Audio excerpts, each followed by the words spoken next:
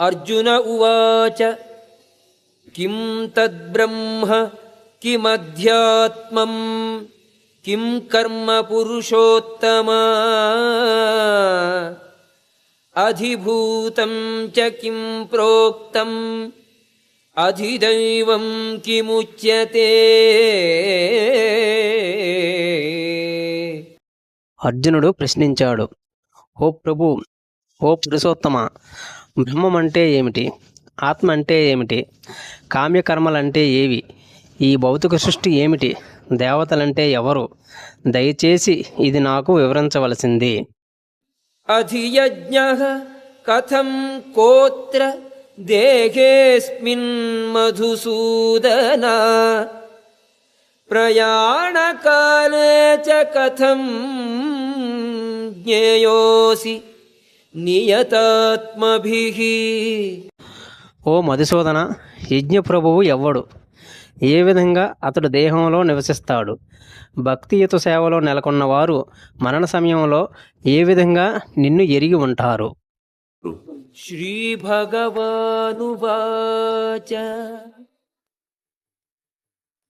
అక్షరం బ్రహ్మ పరమం స్వభావోధ్యాత్మం ఉచ్యతే భూతభావోద్భవకరో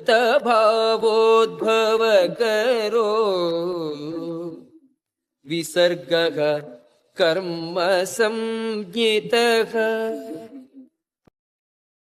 శ్రీ భగవానుడు ఈ విధంగా పలికాడు, నాసరహితుడు దివ్యుడు అయిన జీవుడే బ్రహ్మము అనబడతాడు. అతని నిత్య స్వభావమే ఆధ్యాత్మమని చెప్పబడుతుంది. జీవుల భౌతిక దేహాల ఉత్పత్తికి సంబంధించిన కార్యమే కర్మము, సకామ కర్మలు అనబడుతుంది. అధిభూతం క్షరో భావః పురుషశ్చాధిదైవతం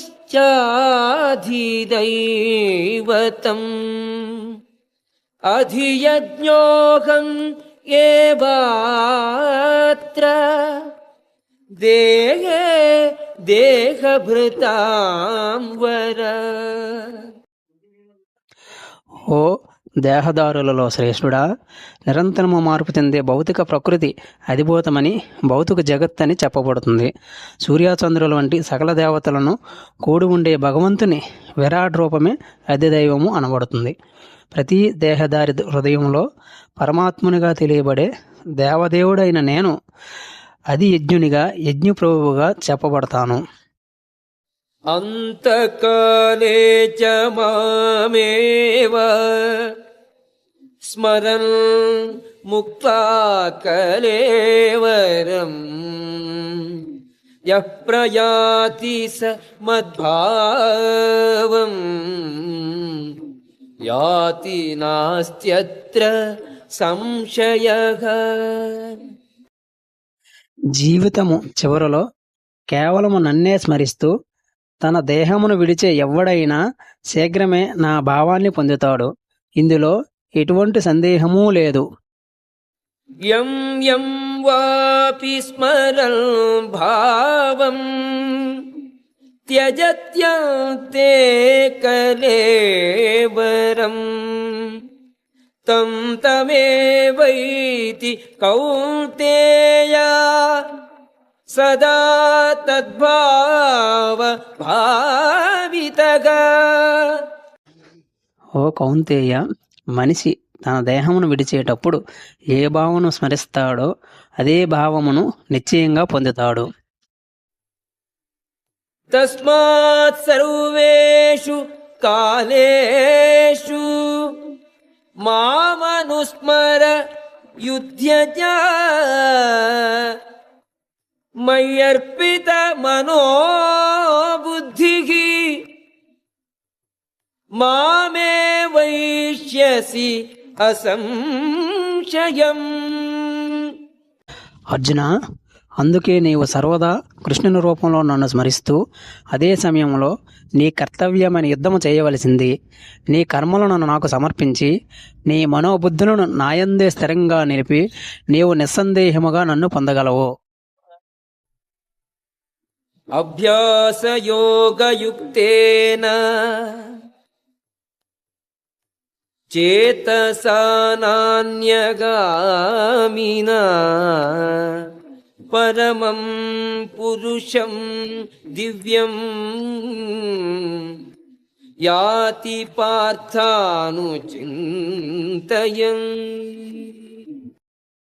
ఓ పార్థ, మనస్సును ఎల్లప్పుడూ నా స్మరణలోనే నిలిపి మార్గము తప్పకుండా నన్ను దేవదేవునిగా ధ్యానించేవాడు నన్ను తప్పక చేరుకుంటాడు. కవిం పురాణం అనుశాసితారం అణోరణీయాంసం అనుస్మరేద్యః సర్వస్య ధాతారం అచింత్య రూపం ఆదిత్యవర్ణం తమసః పరస్తాత్. పరమపురుషుని సర్వము తెలిసిన వానిగా, అతి ప్రాచీనునిగా, నియమాకునిగా, సూక్ష్మాతి సూక్ష్మమైన వానిగా, ప్రతి ఒక్కరి పోషకునిగా, సమస్త భౌతిక భావనకు అతీతునిగా, ఊహాతీతునిగా, సర్వదా రూపసహితునిగా మనిషి ధ్యానించాలి. అతడు సూర్యునిలాగా తేజోమయుడు, ఈ భౌతిక ప్రకృతికి అతీతముగా దివ్యమైనవాడు.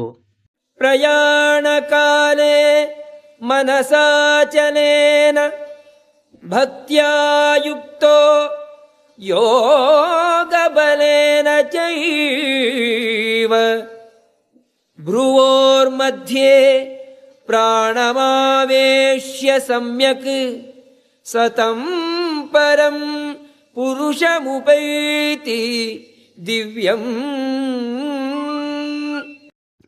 మరణ సమయంలో ప్రాణవాయువును కనుబొమ్మల మధ్యలో నిలిపి దారి తప్పని మనస్సుతో యోగ బలముచే పూర్ణభక్తితో భగవత్స్మరణలో నెలకొనేవాడు నిశ్చయముగా దేవదేవుని పొందుతాడు.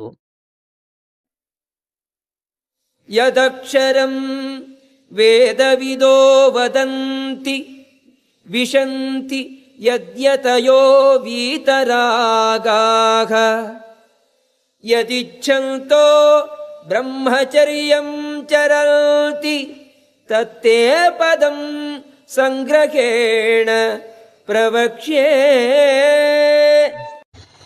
వేదాలలో పండితులు ఓంకారమున పలికేవారు, సన్యాసాశ్రమములలో ఉన్నట్టి మహర్షులు బ్రహ్మములో ప్రవేశిస్తారు. అటువంటి పూర్ణాత్మను కోరుతూ మనిషి బ్రహ్మచర్యాన్ని సాధన చేస్తాడు. అతనికి మోక్షమును చేకూర్చే ఈ పద్ధతిని నేనిప్పుడు నీకు సంగ్రహముగా వివరిస్తాను. సర్వద్వారాణి సంయమ్య మనో హృది నిరుధ్య చ మూర్ధ్యాధాయాత్మనః ప్రాణం ఆస్థితో యోగధారణం. సమస్త ఇంద్రియ భోగ కార్యాల నుండి విడివడయే యోగస్థితి. అన్ని ఇంద్రియ ద్వారాలను మూసివేసి మనస్సును హృదయంలోనూ ప్రాణవాయువును శీర్షాగ్రము పైనను నిలిపి మనిషి యోగములో స్థితుడవుతాడు.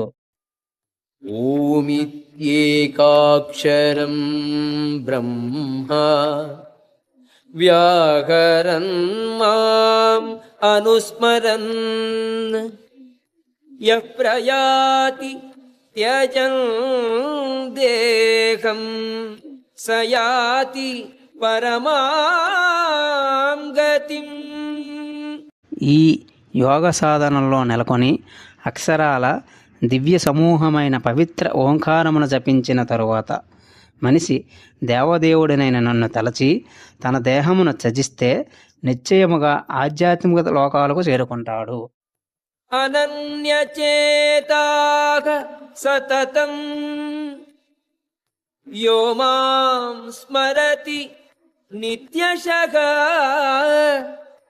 తస్యాహం సులభః పార్థ నిత్యయుక్తస్య యోగినః. ఓ పృథకుమార, క్రమము తప్పకుండా నన్ను నిరంతరము స్మరించేవానికి అతని స్థిరమైన భక్తిత్వ సేవ కారణంగా నేను సులభంగా లభిస్తాను. మాముపేత్య పునర్జన్మ దుఃఖాలయం అశాశ్వతం నాప్నువంతి మహాత్మానః సంసిద్ధిం పరమాం గతాః.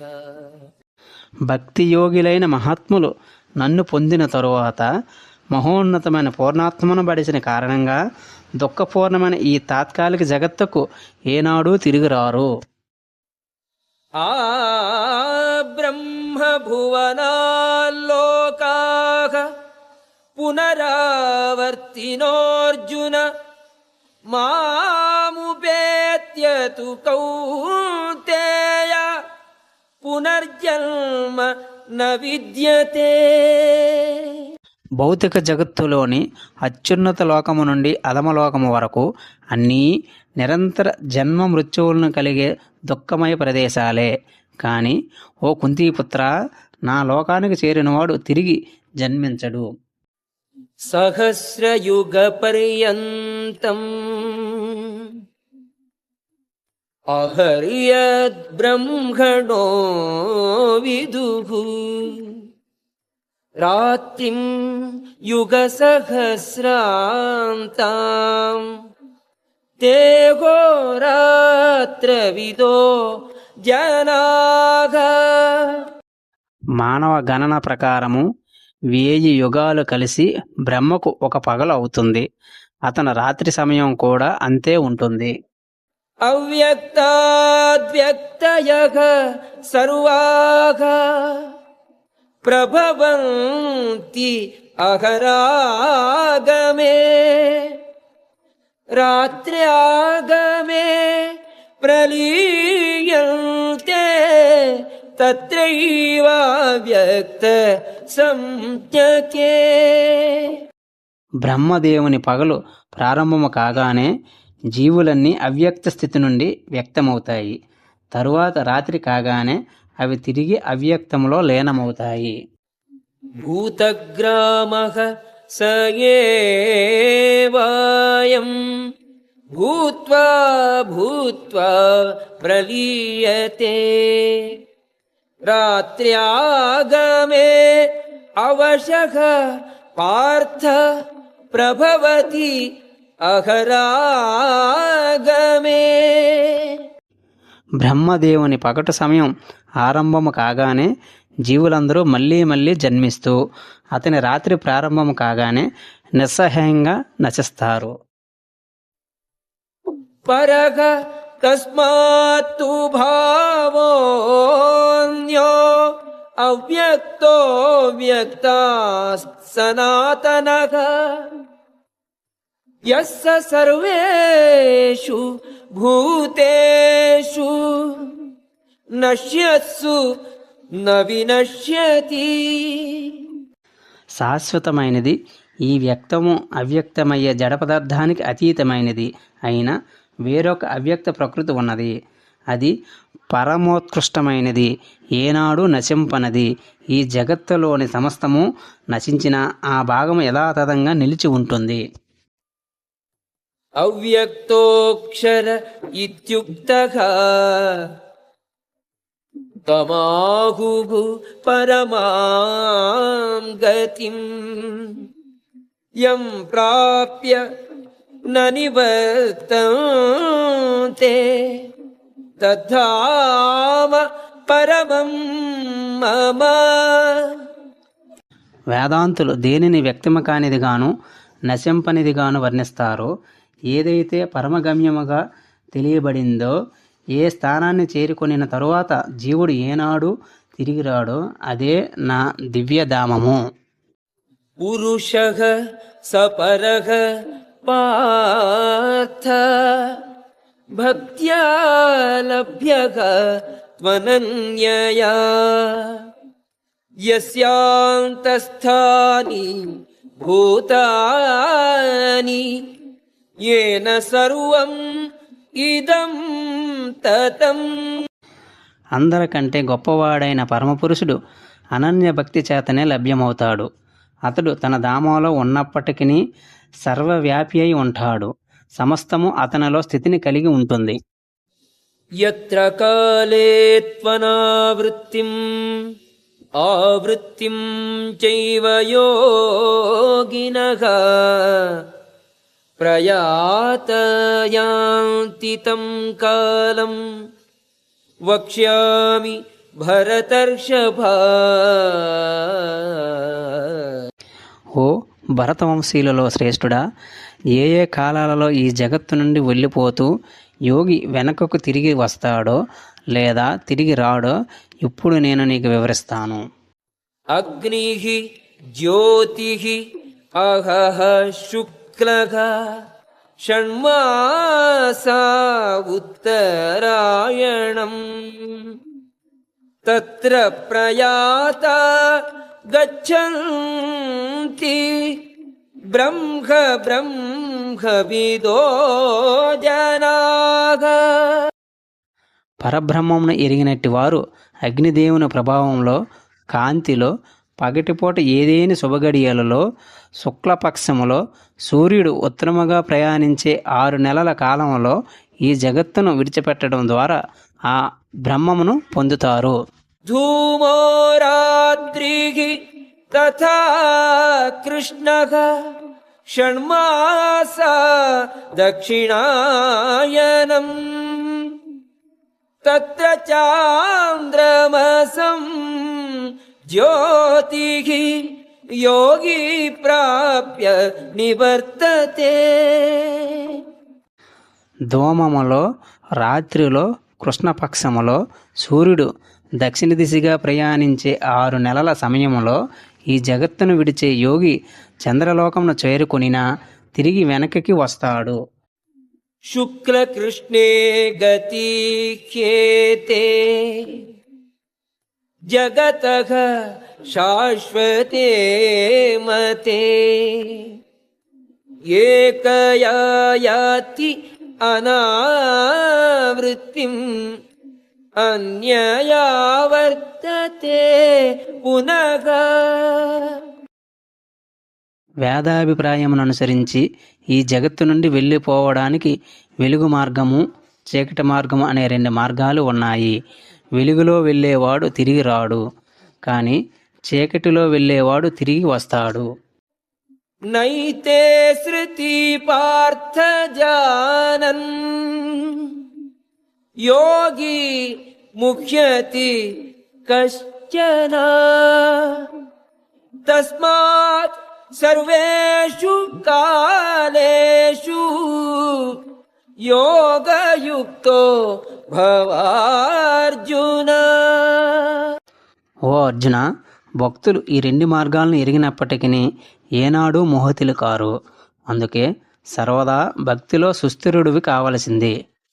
వేదేషు యజ్ఞేషు తపస్సు చైవ దానేషు యత్ పుణ్యఫలం ప్రదిష్టం అత్యేతి తత్సర్వం ఇదం విదిత్వా యోగి పరం స్థానం ఉపైతి చాద్యం.